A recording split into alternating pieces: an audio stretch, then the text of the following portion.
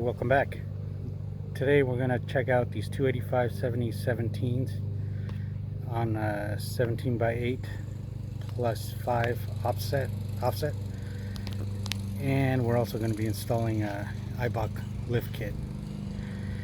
On the 285/70/17s, I looked all over online to see if they would rub or they wouldn't rub, and I kept on saying yes, they rub, and no, they don't rub, and no, you're gonna have to cut do the chop of the frame, blah blah blah. So I put some 285/70/17s on the 2021 Toyota Tacoma, and they fit. This is an SR5 stock suspension. They fit, and I had to remove the front spoiler of the lower bumper, and they do rub very little when you turn full lock on either direction. It rubs on the back side, so I mean it can be done with that tire specification and rim specification that I mentioned, but you will have to remove that lower front spoiler on the bumper, and you will have to cut a little tiny piece off the back inner liner trim. So let me show you. So here are the 285/70/17s. They got the Wildpeak Falken tires, 285/70/17, and I got these AGP wheels, which are a TRD lookalike, but they have a lifetime warranty on them, so shouldn't be that bad. And they are a wider rim than the factory TRD. The factory TRD, I believe, is a 7-inch rim wide width, and these are 8. Let me show you where it was rubbing. You can probably see it. You can see where it was rubbing right here, if the camera focuses on this little piece just right here. You could tell where the paint has been coming off right there. So technically, if you get a razor blade and just probably chop it off right here, down there, you should be okay. You shouldn't have any rubbing. You might have to do some more cutting, but I think you could get away with that and not have any issues. But if you do take it 4x4ing and it starts to get some wild articulation, it's probably going to rub more. But if you're on the streets, it should be okay. And right here on the front of the SR5, all along the bottom of the front bumper, there's a little spoiler, plastic spoiler, and that plastic spoiler was rubbing right here. It was touching, so I took it off, and it was easy. It was these 10 millimeters. There's probably like all those little 10s. There's probably like 12 of them. It was easy to take off. So yeah, it can be done. And this is the Eibach lift kit I got.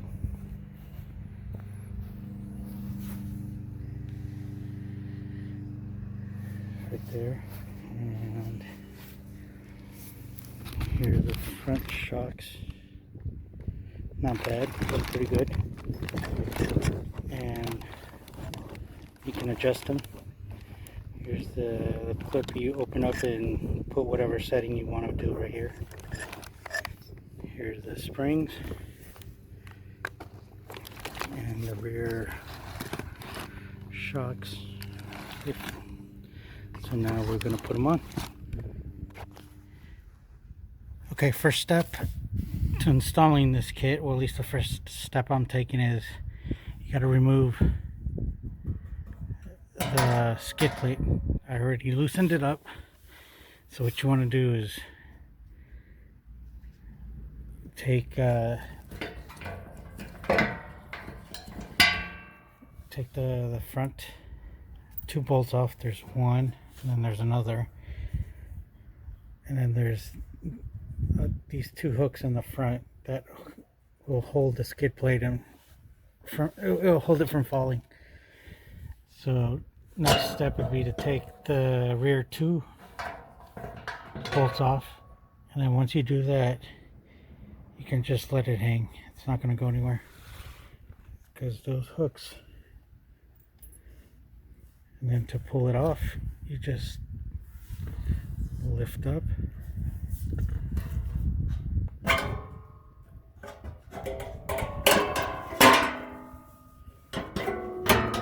lift off, and it comes off. It's easy, not that hard. And those bolts are 12 millimeters. Next step is to take the sway bar links off. There's 2 bolts there, and then there's going to be 2 on that side, and the reason is because with the kit it comes with these plates for the sway bar mounts. It relocates it, it pushes it forward, I believe, and that's part of the kit because this is going to have to move a little bit over, and that plate helps it. So I'm going to take this off, the other one off, and then I will put the plate in. Alright, so I'm going to try to do this without removing too much stuff. So let's see if we can do a shortcut. Here's the sway bar bracket, link, whatever. I took it off. I didn't put it back on, so the 2 bolts that we took off earlier, I left it loose. The other side's loose. And now sway bar, the link, I already loosened it up. I'm gonna pull that out. And the reason I'm leaving everything loose and unbolted is that way you can move this around and hopefully get enough room to wiggle that out. Next thing is these ABS lines. You need to loosen them up to make room to move this. And your brake line, you need to loosen that. So you loosen this right here, 12. And it has a little hook.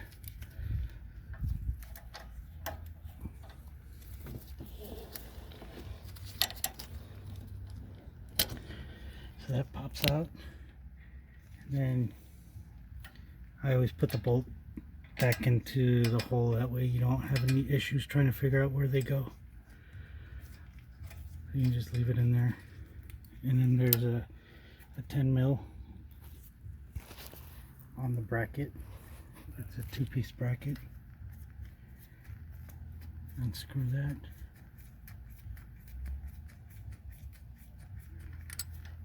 Then it comes apart. And put the bolt back in. Now this now the ABS line is still attached to this bracket. You want to take that off so you don't pull it and break it. Let's see what it looks like. There it is. It looks like it's just a little plastic clip.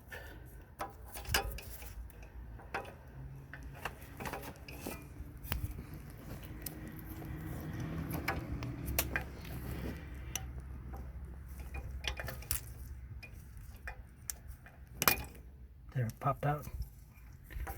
I just squeezed the back. If you squeeze on these 2 tabs right here, like that on the back side, and push it, it'll pop out. See? Now you have all this room, and you got to take the top bracket off by 10 mil. Take it out. Put the bolt back in. And now you have all this room, so you won't damage or pull a wire out on accident. Next step I'm going to do is take this pin out.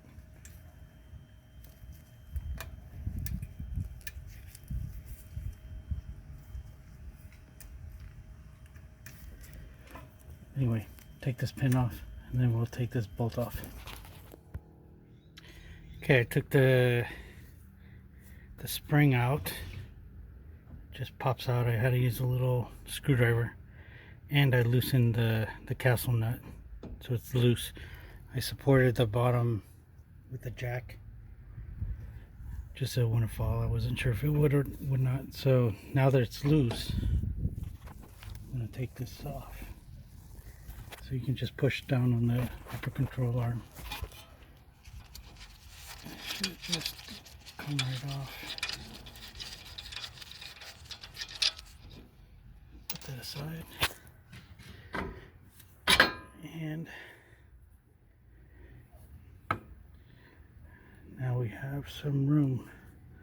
Now, one thing to note, you do not want this to move too much out. You see how it's pulling out? You do not want that, because if it overextends, your joints inside these boots are going to pop out. They'll pull out and then the joint will come apart inside. You do not want that, because if you do that, it's going to be a pain in the butt to fix. Well, it'll be a pain.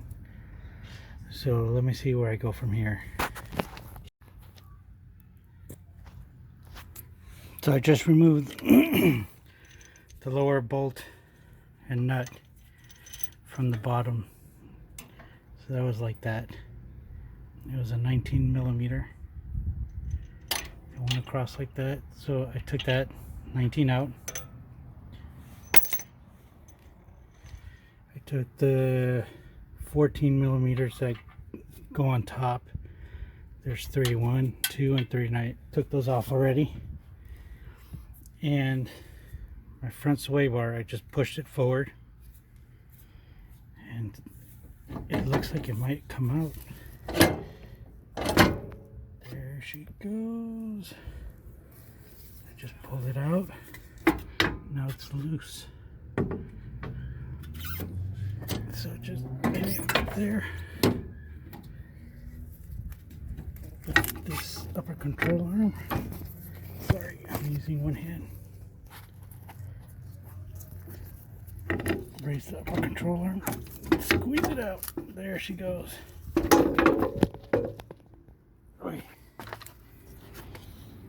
It is out. So here's the strut assembly.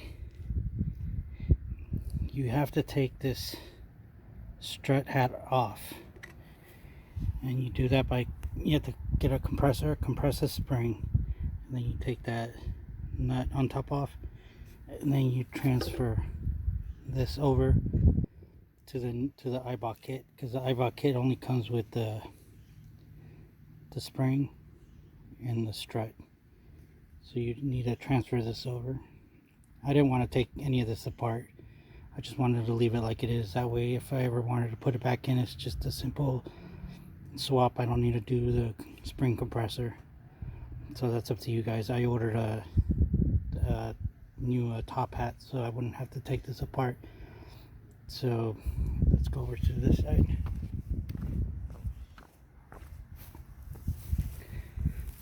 So here is the spring. Here is the strut. And here is the top hat I ordered. So if you get a new top hat, there's a rubber bushing inside. Get a screwdriver and just wiggle around until it comes loose, and just toss that. You don't need it. And the reason you don't need it is because the Eibach kit comes with the bushings already. So here's the bushing. So you take that apart, and on I'm leaving mine on the lower setting. If you move this clip up to these grooves, because you can take this spring clip off and put them in the grooves. If you put it up higher, it's going to lift the truck higher. I want to leave it at the 2, I think it's a 2.5 inch lift or 2 inch. I don't want to lift it up too much, so I'm leaving it at the very bottom.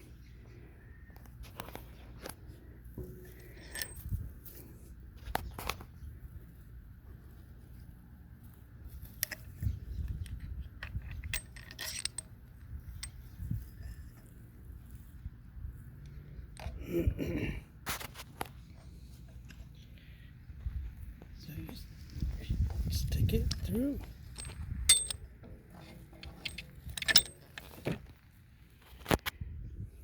Stick it through and make sure this bottom edge is on the groove right here. There's a groove. Make sure the flat part of the spring's on the top. You have to compress the spring. I have it already compressed. So then the top hat goes on. Alright, there it is, fully assembled. Everything went back in smoothly. One thing you want to make sure is that you line up the top, the bolts, exactly like the factory one, and make sure it lines up with this the same as it came out. Make sure that and these are in the same position as when you took them off. So now I'm just going to put everything back together and you'll see it back assembled. Just do the reverse order. So both sides of the suspension are in, both struts are in, everything's bolted in, all the brackets, everything's good. So now we have to go back to the sway bar brackets in the front. I already put the one supplied bracket. It's this bracket that comes in the kit. You have to install this in order to push the sway bar forward. So this is what it looks like. So this piece, the small hole closest to the edge is facing forward on both sides. The original bolts that you took off to hold the metal bracket go in these holes, the big ones, and use it to mount the supplied bracket. So once that bracket is installed, next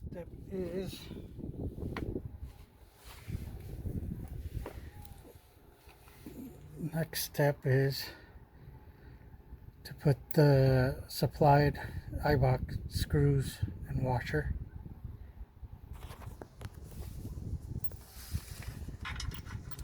So just put the front one in first. Just tight, finger tight, and then the bracket goes on, the one with the cut in it goes on the front side. So it goes over the little bushing rubber piece. So you need to move this forward, pull the sway bar forward. Once it's forward, slide the bracket in.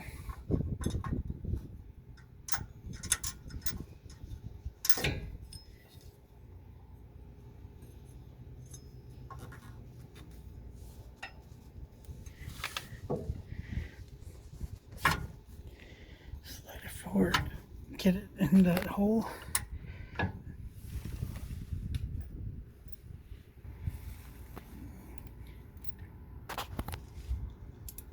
Get the next bolt and put it in there. Tighten it. Well, don't tighten it. Put both sides, both the bolts in. Just finger tight, but don't bolt it in completely. And do the other side same way. put the brackets in, but don't tighten it. And once everything is in on both sides, hand tight, make sure the sway bar is like even. You can eyeball it. Make sure this stop is up against the bushing and up against the bracket, and then go ahead and tighten all 4 bolts and you're all set. Okay, once you torque down both sides of the sway bar bracket, you can put your shield back on. Just put the 4 screws back where they belong on each corner, and you're completely done with the front. Then you can do the rear. Now I am adding add a leaf to the rear. I'm not going to show you how to do that because it's a pain to video and disassemble everything.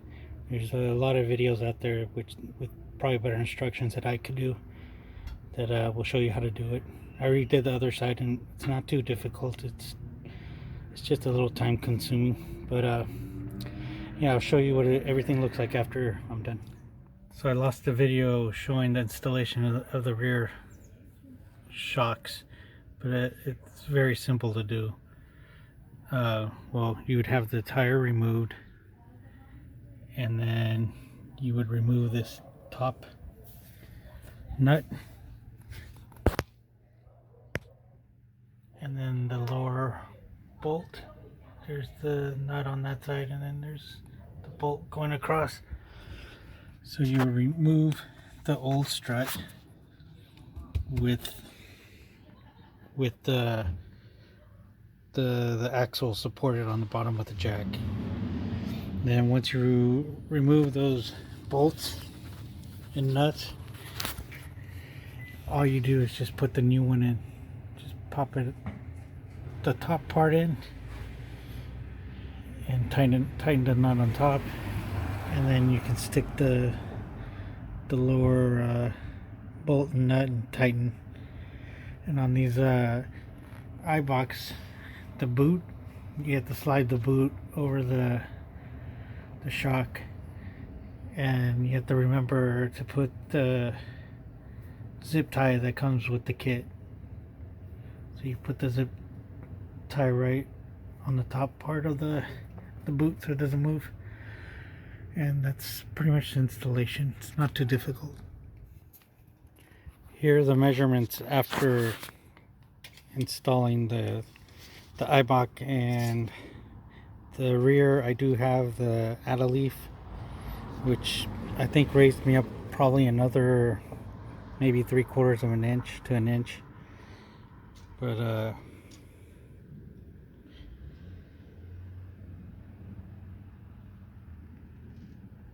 we're at like 39 3/4 in the rear from floor to the top of the fender.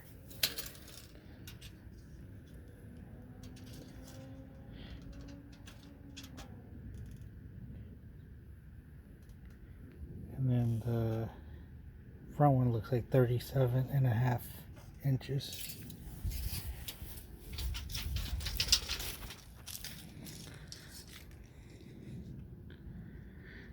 And it has a little tiny rake.